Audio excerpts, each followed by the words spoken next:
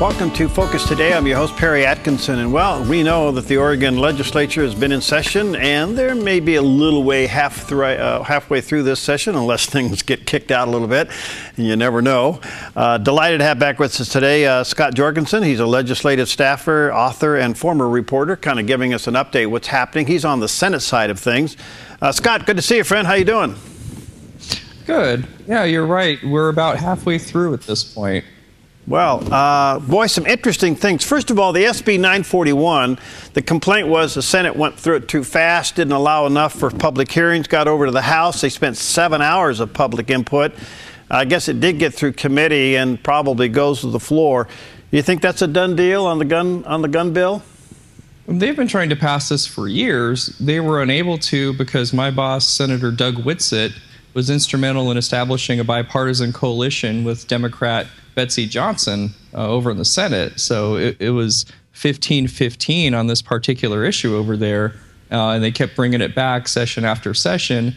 But New York billionaire and former mayor Mike Bloomberg put some money into this state to help swing a couple of Senate seats, and they had the votes to get it through the Senate. They have the votes to get it through the House, and my prediction is that it will be signed into law by Governor Brown. Amazing. All right, minimum wage. It's been kicked around as high as $15 an hour. A couple questions come out of this. You think $15 the number, or will there be a compromise of maybe $13 an hour? I think that's possible too, because there was one point during the session where some representatives from chambers of commerce from throughout the state, including Medford, were at the Capitol, and Senate President Peter Courtney indicated to them that they probably wouldn't get $15 an hour. There was a leadership forum prior to the start of the legislative session in Portland, and Val Hoyle over in the House, one of the Democratic leaders, said that $15 an hour is unlikely, but she definitely left open the possibility of 12 or 13.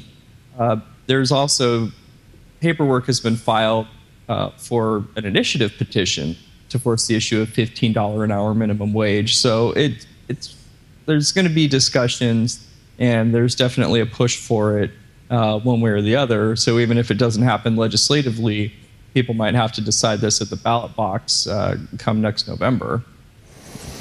Wow. Yeah, I just can't imagine what that's going to do to business growth in the state, but I guess we'll have to wait and see. If it, there was also talk that it might start as low as, say, $11 an hour with increments over the next several years up to $15 an hour. That's correct. And what you find is that they take different approaches to it. So there's been many bills submitted, some in the House, some in the Senate, and some of them identical that end up in both chambers. And that was one of the approaches, was kind of a graduated increase in the minimum wage over the next few years to where it gets phased in over time. And then another approach is to eliminate the preemptions on local municipalities being able to adopt their own higher minimum wages. And it's not like I'm unsympathetic either. Politically, it's a whole lot harder to be the person to say, look, we should think about this first and move forward. And it's a whole lot easier to be the person saying, no, I think that you guys should be getting a raise. So that's one of the dynamics here. But look, I've made minimum wage. I washed dishes at Witham Truck Stop in Medford. I think I made around minimum wage or just barely over it as a cashier at Tark's Market in Talent. So I've been there. I've done that. But it's one of those issues, and one of the things people aren't really talking about is this benefit cliffs issue, because a lot of our social assistance programs are based on federal guidelines and standards, and if you raise the minimum wage too high, then you would eliminate people's eligibility to take part in those programs. And in the meantime, you're going to see the cost of everything going up, and you might end up with a whole lot of people a whole lot worse off than they would have been otherwise. Interesting. All right, another bill that seems to be quite disturbing, HB 2386, which deals with the labor commissioner giving them the power to cease and desist orders of businesses accused of wrongdoing. Maybe you can give us some details on that bill, but what in the world provoked it? This is being done in the name of stopping wage theft. And there are a couple of other similar bills, too. Now, originally, this had passed out of committee over on the House side and was headed for a floor vote, but they were able to get it sent back to committee, and a couple of amendments were adopted.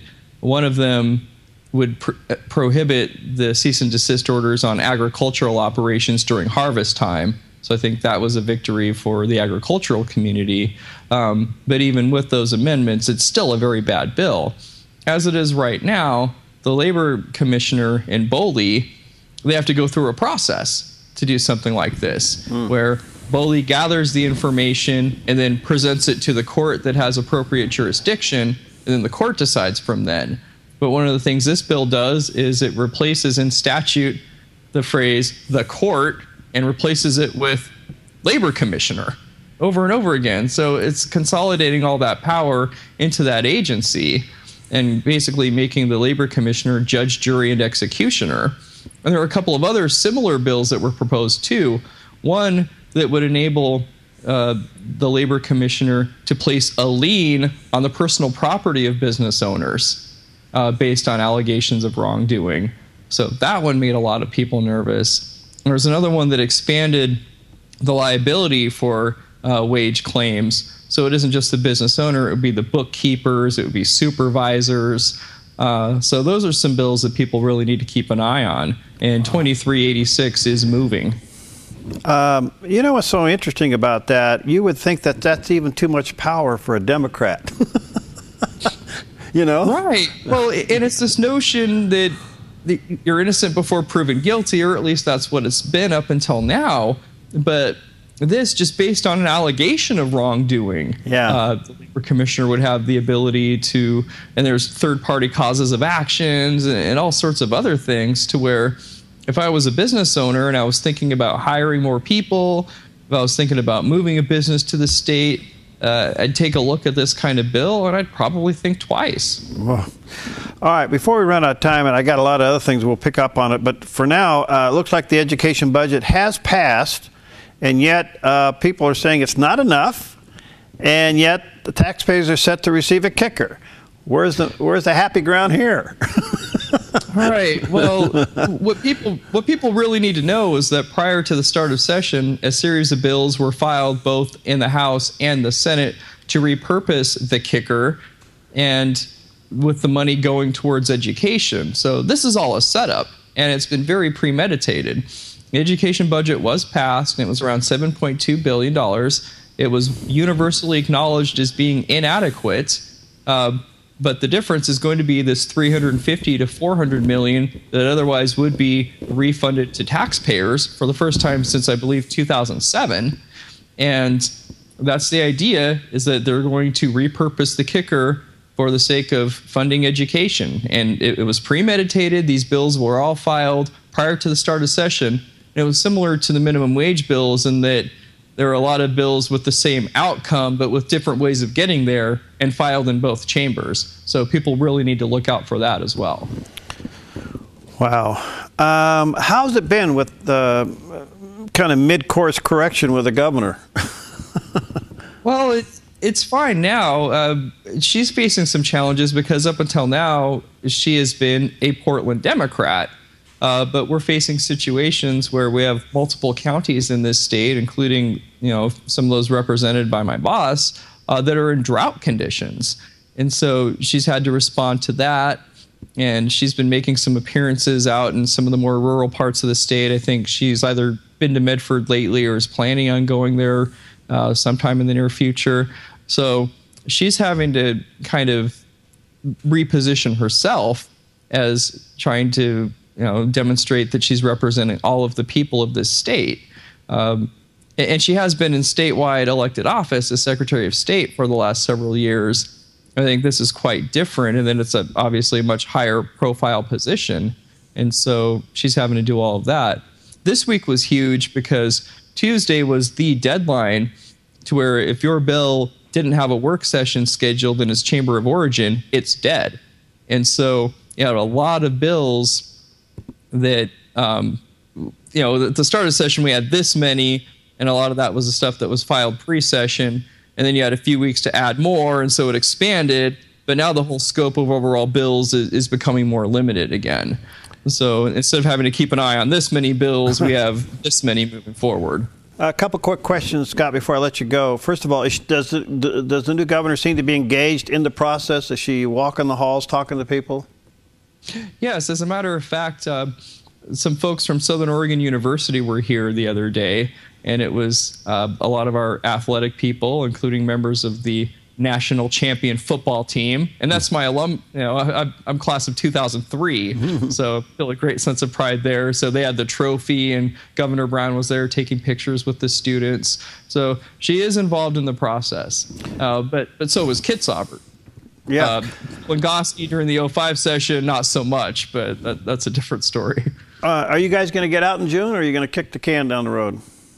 Well, I did a radio interview with Senate President Peter Courtney a few weeks back, and he indicated that he wanted to be done at the end of June. The constitutionally mandated sine die day is July 11th, and so hopefully it doesn't go into that. But one thing Governor Brown has done is she did a State of the City address over at the Portland City Club the other day, and she said, look, I'm not letting you guys go until you pass ethics reform, which is fine. We're on board with that.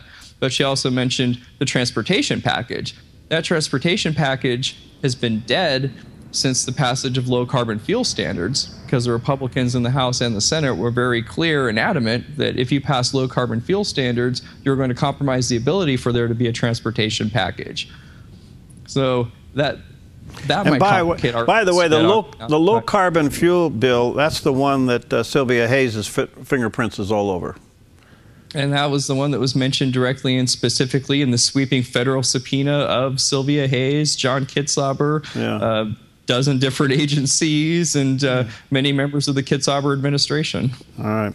Hey, Scott, thanks for your work. To your boss, the senator, thank you for his work. I love his emails. They're very informative. Thanks, my friend. Right, and I'm glad you guys are mentioning about the Ways and Means Committee hearings being down in Southern Oregon. There's going to be one at Grants Pass High School coming up this weekend. Yeah. My boss and his wife will be there, and they've got one in Klamath Falls tonight. So I really encourage people to turn out and attend and make your voices heard at those hearings. All right, thank you, my friend. Good to see you. All right, we'll be right back. Hi, I'm Paulina, and I work at theDove TV. Did you know that when you support theDove TV, you have a profound impact, not only in our community, but around the world? It's your continued support that takes the inspiration and hope in the programs we produce and makes them available to the thousands of people who are watching these videos online every week. Help bring encouragement and hope to our valley and beyond by making a secure online donation today at our website, thedove.us.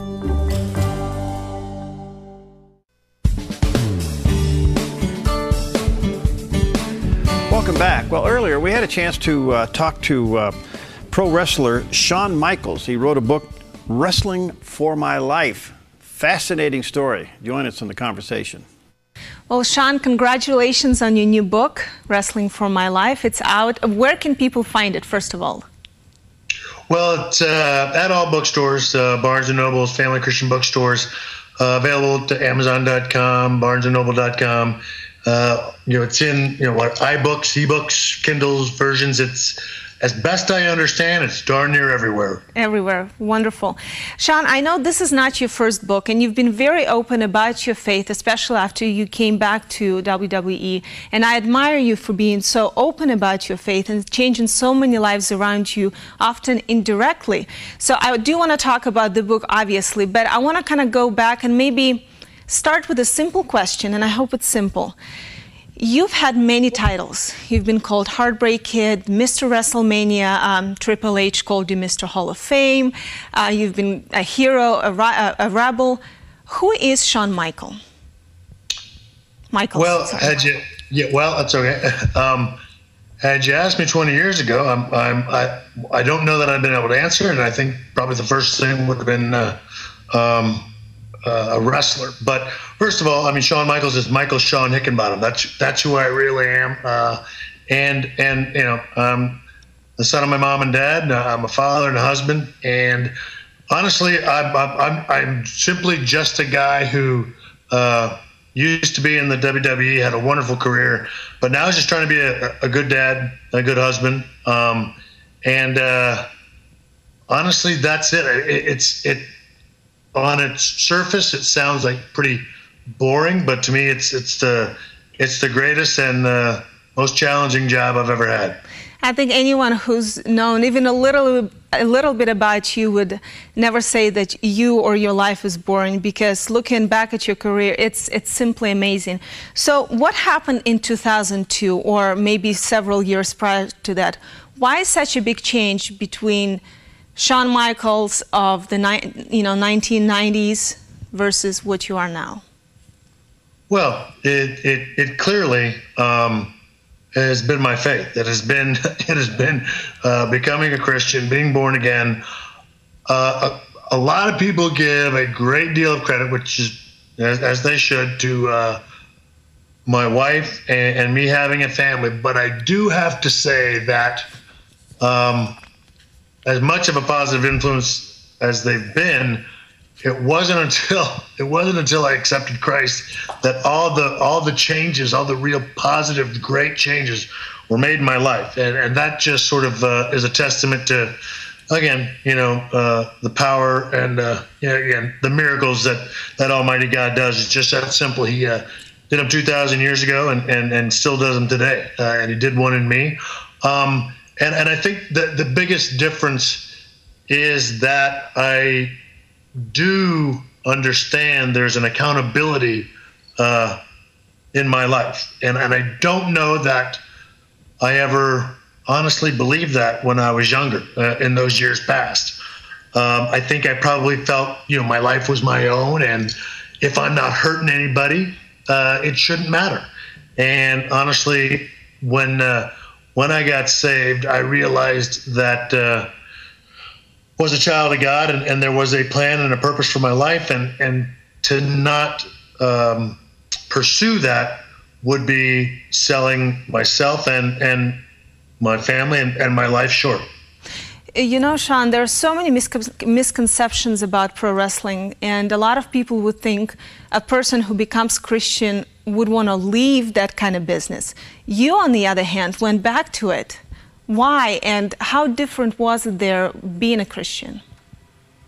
Well, first of all, it was a little bit of a challenge, because I wasn't sure if I should go back, and I asked a lot of people, and there were some people who, oh my goodness, you can't go back into that line of work, and clearly everything ends up in a fight, and that certainly is not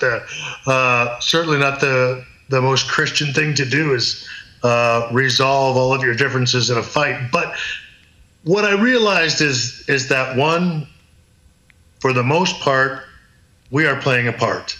And I also realized that the one thing that I did really, really well, and it was almost effortless, was wrestle. I recognized my ability as an amazing gift, and I just then began to know that I know that God doesn't give those kind of gifts if He doesn't want you to use them. And that was ultimately what made me go back into the WWE. And I also, I always thought of Jesus saying, take the gospel to everywhere. And I thought to myself, that doesn't mean everywhere except the WWE. That means everywhere. And so I went back with the assurance of again, not wanting to beat anybody over the head with my Bible, but clearly at least show that I was a different person than the man I was before. When I see you, a few times I saw you come out to the arena once you've already become Christian. You pause, you kneel down, and from what I understand, you pray, right? Or you have. What do you ask God before you step into the ring? Unless it's, of course, too personal. No, honestly, it was almost always started with help. But it was, allow me to glorify you with my work, and to watch over me. And one of the things, it was different every time, but honestly, each time I went into WrestleMania after 2002, I was literally blown away how I continued to have really, really good matches. It was, I got older, the injuries mounted, everything in the natural told me that my performance should be declining, and it never did. And so as time went on, that prayer was just continue to do with me what you've been doing. You know, continue to let me perform beyond you know, my abilities and my expectations. And personally, I believe he was unbelievably faithful in that respect, because in my very last match, I was in the main event at WrestleMania, and there isn't anybody that's ever said that he looked like he was losing it. And that certainly is not a testament to me. That's a testament to the Lord's work in me. Yeah. Well, I want to go back to the book that you just authored that is out, Wrestling for My Life by Shawn Michaels. Wrestling for My Life, interesting title, and you're just talking about losing and winning. In this wrestling for your life, are you winning? Yes, I am winning now, and I think one of the things that I try not to over dramatize my life, but at the same time, there were a number of guys that I used to run around with that are no longer here, and it is not a stretch to believe that I was going down that same road, because I was. And even in the forward, you know, my buddy Triple H writes that one of the things that impacted him most about, you know, me coming to Christ was the burden that was lifted off him, as far as always wondering when he'd come down to my hotel room and find out that I wasn't alive. And that's a situation that's happened to many wrestlers in the past. And so I literally was saved in every aspect of the word. And so the title Wrestling for My Life, I think, is a very literal title in respect to the life that I was living. What are your goals right now? My goals now are pretty simple. They are to continue to try to be a good husband, a good father, continue to try to continue to seek God's plan and allow him to guide me through my life. One of the things I pray on a regular basis is, you know, allow me to walk through the doors that you open. I don't want to be forcing any doors open in my life. And so I continue to try to grow as a husband, as a father, continue to grow as a man. And I think those are probably, I guess, as I've said, you know, previously, in many people's eyes, they might not be the loftiest of goals, but if you truly try to attain them, they're pretty challenging, and that's certainly what I'm trying to do. Wrestling for My Life, your newest book, is a personal story, of course. It's autobiography, but you also make some observations, some notes about the society's expectation of men, and you just talked about your role as a father, as a husband, as a man. Do you think our society is too feminized? Do you think it's a struggle for men to be men now? Oh yeah, for sure. I mean, I think it's definitely you know, it's politically correct, feminized, whatever, you know, whatever terms anybody wants to put on it.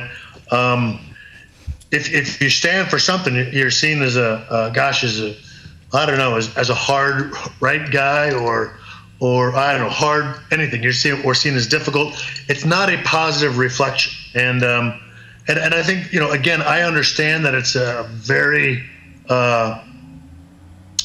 tight rope to walk at the same time. But you know, again, Jesus did it. Jesus was he was very compassionate, very loving, but at the same time, you know, you can read in Scripture there are plenty of times when he's blasting his disciples about their lack of faith, and again, getting into them for not doing the right thing. And I think anytime we as men are seen as chastising or hard on anybody, all of a sudden we're not good Christians, and that's not always necessarily the case. One of the attributes, in fact, people always comment about the love of God, and obviously that is a huge attribute. But the one word that I'm pretty sure is used more in the Bible than love when describing God is holy. And holy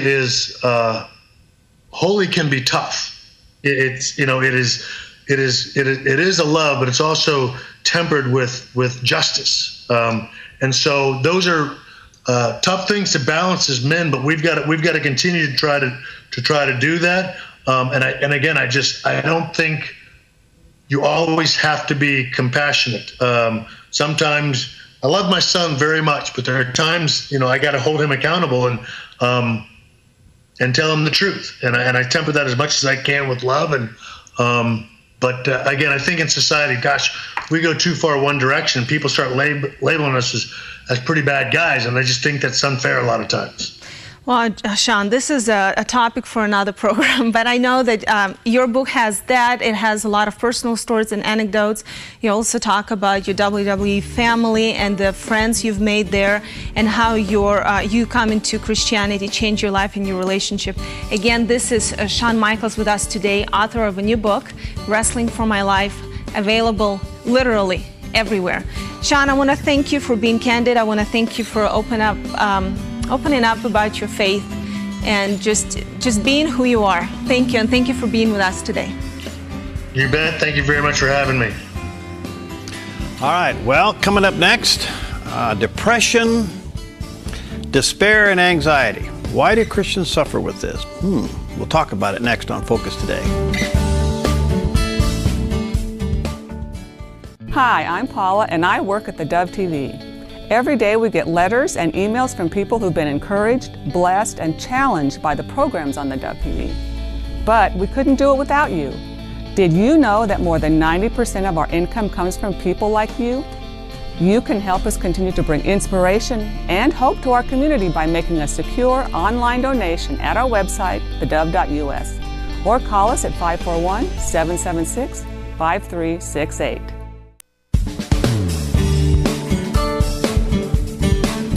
Well, welcome back. Always a delight to have with us today Daniel Ogan. He's a therapist. What else are you? Artist. Good guy. Works hard. Hopefully. He heads up the E Agency, which is a counseling service. He works with police departments and schools and all kinds of things. And we're talking about something today. Daniel, I am so glad you picked this topic. And I'll tell you why. We get a lot of calls here at theDove. We get a lot of letters and emails as a reaction to things that they hear and see the various programs. And out of that comes stories of their people's problems and backgrounds. And I'm amazed, to a certain degree, how many Christians suffer with depression, who are anxious beyond belief. They're suffering from despair. And here we are, we're Americans, we have everything at our fingertips. The world's upside down, everything's going crazy, and somehow their faith isn't working. Is that about what you want to talk about? Well, that's it. Unfortunately, that is reality.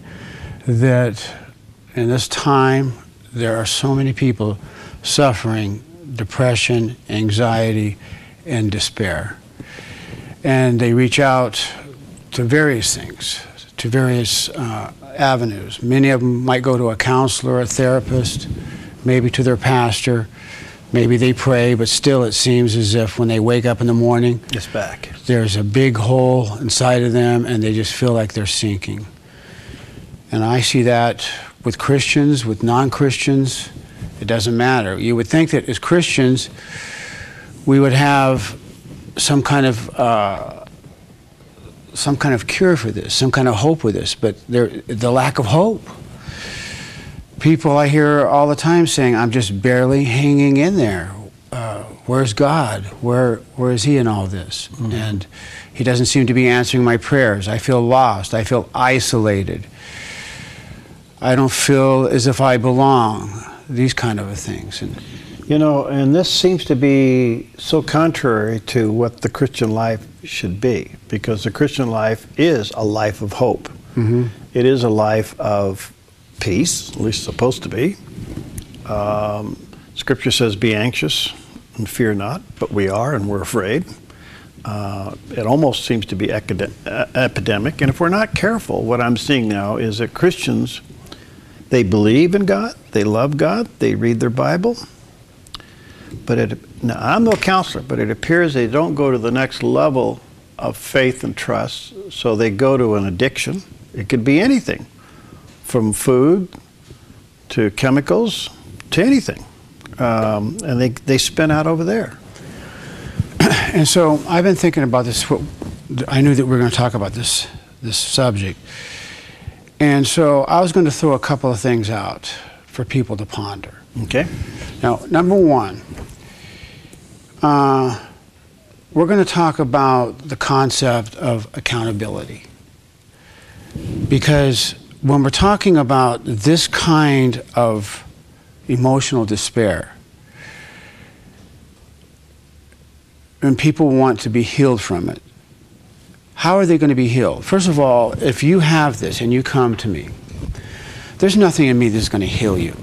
And secondly, let's just say that we're doing a cognitive discussion. Mm-hmm. You tell me what's going on, you feel this and you feel that, and so I start to talk to you, and where am I reaching? I'm reaching your mind, your cognitive area in your mind that thinks, that reasons. And yet, I'm not able through that to take that thorn out of your heart. It's impossible through some kind of cognitive means.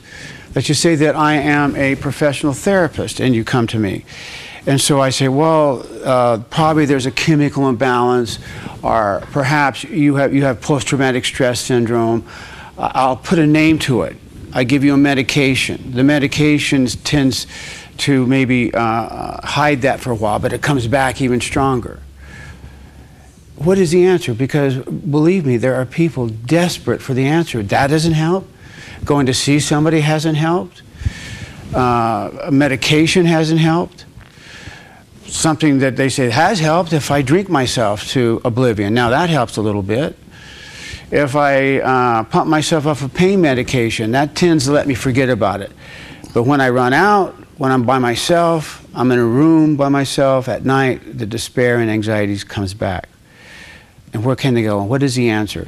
So let's look at this word accountability, because the reason I'm saying that, after years as a counselor, I've noticed that people will go to a psychiatrist and they'll allow that psychiatrist to know a lot about them, and they'll allow that become accountable to that psychiatrist. Mm-hmm. People will go to an accountant to be accountable to him. Mm-hmm. But people do not want to be accountable to somebody in their spiritual life, because their spiritual life is something that is unique to them, and they want to isolate that. And actually, it's a spiritual disease. And as far as with me, I face the same kind of bombardment as anyone else, and yet I have for years been accountable within the Orthodox Church with Father Seraphim. He's been my spiritual father, no matter what, up or down. He's not a perfect person, but there's accountability. What's going on with you? What's happening? I see him once a week on this. And that accountability has been my lifeline. And so when people come to me, let's just say somebody in the world who's not a Christian, they're asking me as a counselor, well, I've heard about you. I want to see what you might have to offer, that you kind of think outside the box. And I always tell them, the first thing has to do with trust and faith. Now, I don't even mention spirituality here, but you have to trust me and have faith in the process by which I'm going to take you through, and be accountable to me. You're going to have to be honest with me. You're going to, if you want help in a certain way, you are going to have to be accountable. And that's just on a purely secular level. If we take it a notch higher and we go into the spiritual realm, I'm thinking this one man that I'm working with right now who has suffered terribly with alcoholism, and he does not like that bondage, and yet he keeps falling back into it. And he will say, do you think I like it? I know he doesn't. But since he's been accountable, and then since I said, look, what church you go to? You have to go to that church and become accountable. You have to find people that are, what do you want to call them, a mentor, your pastor, you're going to have to be accountable to them in a very real way, because and I've seen people who will be accountable to a number of reasons. If you join the Army, you're accountable to your Boss, superiors. Your employer, yeah. If I work here, I'm accountable to you. And, you know, why do Christians fight that accountability? And they have this concept, it's me and Jesus. Wow. So, why do we conceal, as believers, why do we conceal the spiritual part? Do we fear that God can't handle that, or He's doesn't like it? We conceal it because our culture has taught us that that is the one realm that is private. That you go to prayer in private, your relationship with Jesus is private, and you hear from Him in private. I mean, I don't know how many people who are absolutely in despair and depressed, but they say, well, Jesus told me this, or God told me this. Well, if He's talking to you, how come you're not healed? How does, think about this. How does our dear Lord work? He works through people. Mm-hmm. That's how that works. And again, to give you another example, I'm an extremely individual person. I'm a very independent. It's been the hardest thing in my life to ever submit to anything, because it has. I've traveled the world alone. When I travel, I like to go alone. I don't like to be accountable to anybody, and yet for my health, I've had to come to that realization with my dear Father Seraphim that, I am accountable, and I have to talk to you. And that through confession, and of course we believe in the Eucharist, that, because these things are all operating in the realm of where we're at. And when you think about spirituality as something that is just, what is it? Well, before I take a break, a couple quick things. Depression, despair, anxiety, emotional stress like that results in physical ailments. Exactly. James chapter 5 says, confess your faults one to another so that you may be healed. I've seen people who have taken this accountability issue, this confession issue, and have dealt with it very transparently, very honestly before God or their pastor, priest. Not only were they set free of whatever the anxiety-causing element was in their life, but physically they improved. And I want you to speak to that, because you've seen it too, haven't you? Oh, yeah. Okay. We'll take a quick break. We're back in just a moment with Daniel Ogan. By the way, he heads up the E-Agency, and your website is, well, you can go to... Phone number, 541-951-4134. Did you get that? 541-951-4134. We'll be right back.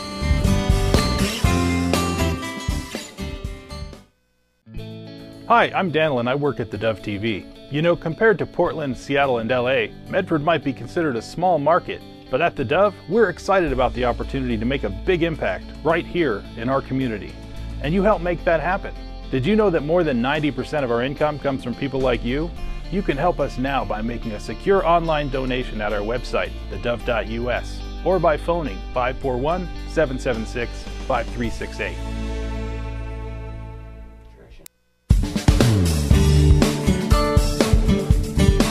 Welcome back, and delighted to have with us today Counselor Daniel Ogan's with us today, and he heads up the E-Agency, and the phone number there is 541-951-4134. We're dealing with the subject of depression, despair, and anxiety that believers, Christians, suffer with. And do you think one of the reasons we don't deal with it is because there's this perceived Christian pressure/guilt that we're supposed not to suffer with this? In other words, we're Christians, we're not supposed to feel this way, so we conceal it? I think what you're just saying right here is perhaps the most major foundational reason that people are suffering this. Because yes, first of all, anybody who is alive is going to suffer. We will suffer. Mm-hmm. We will suffer anxiety and depression. This does not mean despair. Despair is a whole different key. Despair is a lack of hope. if you are living in the world and you see things, you look at things and how they are, what are you going to be? A happy camper? No, you're going to look at this. But what does that tell us? That tells us that we try so hard to live the happy life that we think we have this perception that's what life should be. And when it doesn't happen to us, we get anger, guilty, and especially if there's things inside of us that we are doing, dark secrets, things we're doing hidden. Mm-hmm. You know, I know that Carl Jung, he wasn't a Christian, but he did say something very interesting about depression. And he said, depression is a simple formula. It is doing something against our core values. And so, but when we get into a point where we're so lost, we don't even know what our core values are anymore. We don't even know what we believe. And then how do we come back to that? Yeah, because it's not working. Exactly. Yeah. And I told you how I came back, but let's just say that you and I were, I was in your church and I got to know you and I was suffering depression, but I came to you and I said, Perry, I trust you. And there's nobody that I'm accountable to in this world. I can't be accountable to this person, that one, but could I speak to you? Could I be honest with you as a Christian? And if I'm going through this, could I do this with you? Think about that. Think about the responsibility you would have, and think about the response that I would have if I got really real with you. And I became, in a point, very, very accountable to you. Well, this is what, in my faith, is what a spiritual father is. He's not somebody who's perfect. He's not a guru from India. He's a person who puts on his pants exactly like I do. And yet, I see that this person has traveled down that path, and I'm going to trust that person. Not in a mindless way, like some kind of cultish minion, but in a real way, a manly way. In that sense. I know the Father was talking about man, what it means to be a man yesterday. You know, what's so interesting about this, Daniel, is that, boy, you touch on a big one, and we need to come back maybe at a later date and talk about this. But if somebody comes to you and has somehow identified you as a person that they could trust, here's the question: can they trust you? The responsibility of somebody dumping their life into your lap and making themselves accountable to you. And I think what has happened through the years, the church isn't seen as a safe place. The church isn't seen as a place of confidentiality, you know. And yet that is the key ingredient to begin the process of healing.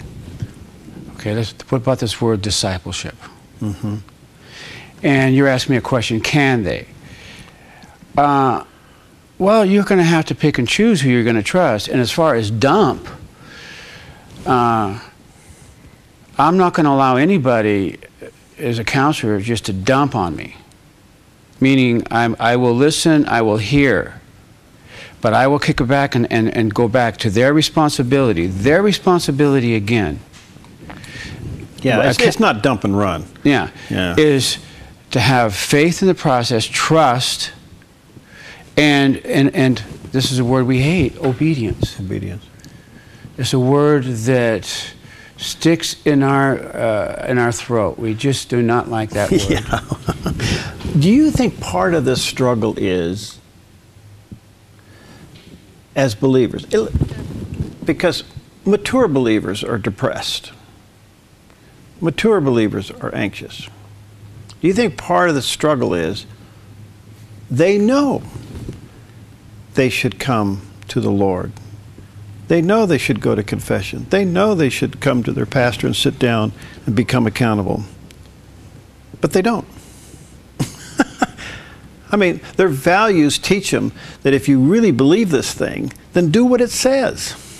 Well, but they don't. What did our Lord say? He talks about the sower. And seeds come up, and the cares of the world will choke this new plant. I think we live, Perry, in a time that we must take our faith seriously. We must become warriors. Look at this world and understand that in our hearts, willing every day, dear Lord, to be a martyr, whatever that takes, meaning a living martyr. When I think of those boys in Ethiopia who had their heads cut off, they had to be ready for that. And if we're ready for that, how does that happen? That happens like in discipleship, being accountable, confession, the things that you are talking about. And that does not mean that we are going to become Ozzie and Harriet afterwards. We are going to feel what's happening in this world if you're sensitive at all. If I am, the people that I see, they walk out of my office, I'm not happy. I look at my innocent children and I think what they're going to have to face in this world. It does not put a smile on my lips. Every morning when I go to prayer, my prayer is, dear Lord, allow me to become a good leader, a good father, a good, when I'm with people. Let there be no guile in me. Let me be transparent. Let the strength of our dear Lord shine through me as a human being as I walk this earth. Daniel, we're going to run out of time. This is a big subject. What would you say to the Christian today that is dealing with depression and anxiety? And I realize despair is another issue, but the person who's depressed just can't seem to get on top of it, it's very anxious in their life. What would you say to them to start the process of healing? Because I just want to say to all of our listeners and viewers, don't avoid James chapter 5. It says, call for the elders of the church, anoint with oil, pray the prayer of faith, and I'm paraphrasing here, they should be healed. If they committed any sins, it will be forgiven. It goes on to say, confess your faults one to another so that you may be healed. There is a process here. I think you just said it. It's within the church. If the church is a hospital and there isn't healing in the church, then it has lost its purpose in a lot of ways. And I would tell a person right now who is suffering through this, find someone in your church that you know is an elder, someone who has walked that path, and get close to somebody. Be accountable with that person. Start sharing. Get out of your isolation. If you are taking medication, I'm not saying not to take the medication, but understand this. Medication is just like a patch over a hole. It's not meant to heal something. It means it's to get you to a point where you can start being strong within yourself. But again, align yourself. Align yourself with someone in the church who you know that person has within them the ability to be trusted. It's okay not to be okay? It's okay not to be okay. Okay. That's when, I'm not okay. I would confess that. I mean, I struggle every day, but like I said, I go to someone, my pastor, Father Seraphim, and I share with him. He's my lifeline, and of course Christ is. Of course, my responsibility in daily prayers and all that. I'm not taking that away, and believe me, I'm not talking about being an idiot. And no, I know you're not a puppet on a string. You're it's the heart. It's the heart. Daniel, you're an inspiration. I just want to say, Daniel does do private practice as well. His phone number is 541-951-4134. You're primarily in Grants Pass, right? Grants Pass, Medford. Grants Pass, Medford. 541-951-4134. By the way, you still make house calls? Yes, I do. Gotta get you better than that. Thank you, my friend. Thank you, Gary. Thank you for having me on the show. Take this seriously. Give him a call. 541-951-4134. Daniel Ogan. We'll see you next time. Thank you, sir. Hi, I'm Jim, and I work at theDove TV. Every weekday between 6 and 8 a.m., our award-winning news and sports team bring you the best morning show around. It's live, it's honest, and it's a whole lot of fun. And you help make it happen. Did you know that more than 90% of our income comes from people like you? You can help us continue to air local programs that share your voice by making a secure online donation at our website, thedove.us.